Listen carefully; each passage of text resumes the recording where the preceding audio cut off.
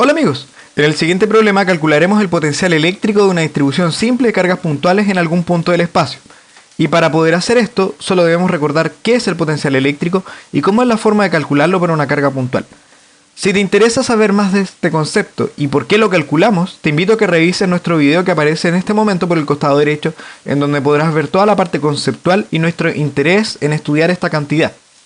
Y el problema nos dice, tres cargas puntuales, dos de igual magnitud Q y otra de menos 2Q, están dispuestas como muestra la figura, o sea las tres dentro de una misma línea. Si Q es 4 microcoulomb y A es 1 milímetro, ¿cuál es el potencial eléctrico total en el punto P?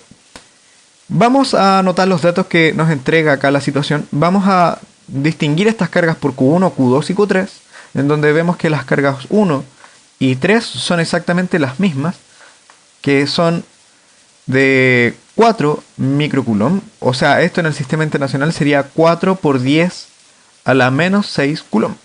Mientras que la carga 2 tiene un valor de menos 2Q, que sería de menos 8 microcoulomb.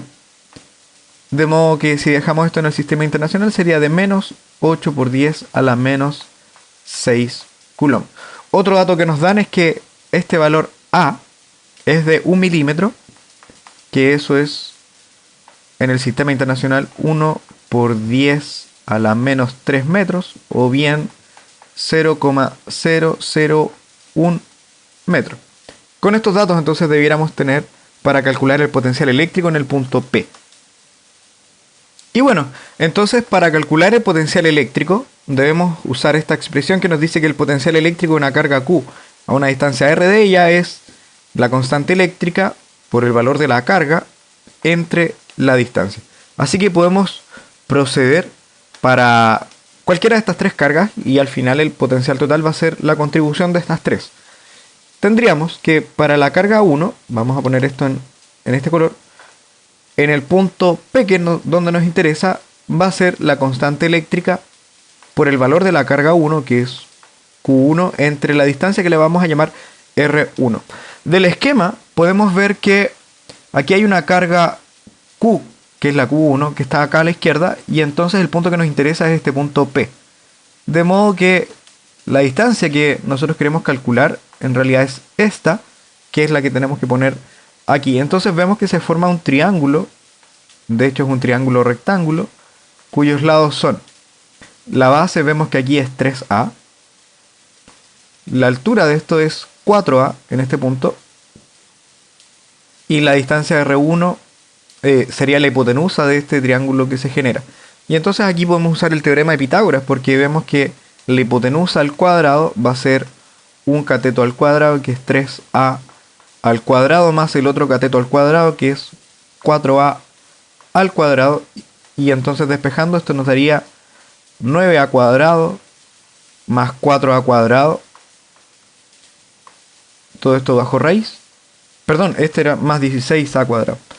16A cuadrado, y esto es 25A cuadrado, que bajo raíz nos quedaría un 5A. Bueno, esto es un triángulo pitagórico, ¿cierto? Tenemos un trío pitagórico, digo. 3, 4 y 5. Así que si nosotros ponemos esa distancia en términos de A, sería 0,005 metros. Ahora, si nosotros queremos aprovecharnos de esta distancia va a ser exactamente la misma que está acá, que es R3, y entonces vale lo mismo que R1 debido a que los lados del triángulo son exactamente los mismos. Así que si nosotros reemplazamos acá, tendríamos que la constante eléctrica, bueno, sabemos que es 9 por 10 a la 9 en el sistema internacional. El valor de la carga 1 es de 4 por 10 a la menos 6 coulomb. Entre la distancia que hay entre la carga 1 y el punto, que sería 0,005 metros. Si nosotros ponemos todo esto en la calculadora, nos quedaría 9 por 10 a la 9 por 4 por 10 a la menos 6 dividido 0,005, y esto nos da algo así como 7.200.000, y la unidad de medida en el sistema internacional es el volt. Para la carga 2 vamos a hacer exactamente lo mismo, o sea, el potencial de la carga 2 en el punto P, que es donde nos interesa, es la constante eléctrica por el valor de la carga 2 entre la distancia que le vamos a llamar R2. Ahora en este caso es levemente distinto porque la distancia que hay entre la carga 2 y el punto es esa línea que está acá, y donde vemos que la distancia es directamente 4A según el esquema.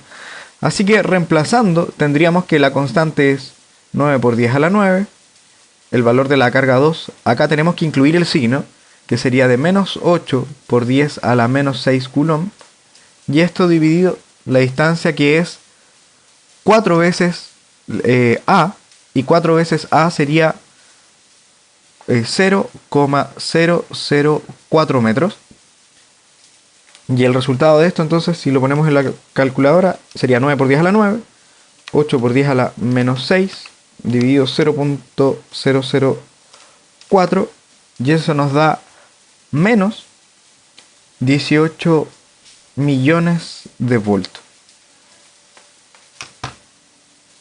Por último nos queda el potencial de la carga 3, que sería el potencial de la carga 3 en el punto P, igual a la constante eléctrica por el valor de la carga 3 entre la distancia que habíamos llamado R3. Particularmente, bueno, si borramos aquí un poco para enfocarnos en la carga 3, vemos que la distancia 3 es exactamente la misma, el valor de la carga 3 también es exactamente el mismo, así que el potencial eléctrico de la carga 3 en el punto P debe ser exactamente el mismo valor que el que generó la carga 1. Así que reemplazando aquí sería 9 por 10 a la 9 por el valor de la carga, que es 4 por 10 a la menos 6 coulomb. Y esto todo dividido la distancia que habíamos calculado, que era de 0,005 metros, que es la que calculamos aquí. Así que el resultado de esto creo que nos dio 7.200.000, a ver, 9 por 10 a la 9, por 4 por 10 a la menos 6, entre 0,005, y sí, nos dio más 7.200.000 voltios. Por último, ya que tenemos el potencial de las tres cargas en el mismo punto, vamos a calcular el potencial total, que va a ser la suma de estos potenciales individuales. Así que sería el potencial de la carga 1 en el punto P, más el potencial de la carga 2 en el punto P, y más el potencial de la carga 3 en el mismo punto. Y esto nos daría, bueno, si reemplazamos 7.200.000 menos, a ver, 7.200.000 menos 18 millones y más 7.200.000, que serían los valores que están acá. Aquí hay que poner esto con el signo correspondiente. Si nos dio positivo, se pone positivo, y si nos dio negativo, también negativo. Y entonces, si ponemos todo esto en la calculadora, nos va a dar un resultado de 3.600.000 voltios. Ahora, una pregunta natural que ustedes me podrían hacer es: ¿qué pasa con este potencial? Que todo esto tenía un signo menos porque este es más grande. ¿Qué pasa con este potencial? Que son 3.600.000 voltios. Ese potencial es muy grande. Y entonces el comentario es que en realidad para nosotros físicamente no tiene mucho significado el calcular el potencial físico en un punto, sino que en realidad lo que nos interesa por lo menos es en dos. Y eso es porque nosotros sabemos que existe una conexión entre el campo eléctrico y la diferencia de potencial. Entonces calcular el potencial en un punto no es tan significativo, en realidad no es para nada significativo, pero calcularlo en dos, ahí sí nos interesa, porque así tenemos un poco de intuición en lo que es el campo eléctrico, al menos en esa región. Y de hecho la pregunta que les voy a hacer tiene que ver con esto, en cómo es el potencial eléctrico en otro punto. Y bueno chicos, espero que la resolución de este problema les haya sido de ayuda, y como les dije recién, les dejo abierta una pregunta de la que espero su respuesta en los comentarios. Y la pregunta es: ¿cuál es el potencial eléctrico en el punto S? Y a partir de esto, ¿qué dirección tendrá el campo eléctrico entre estos puntos?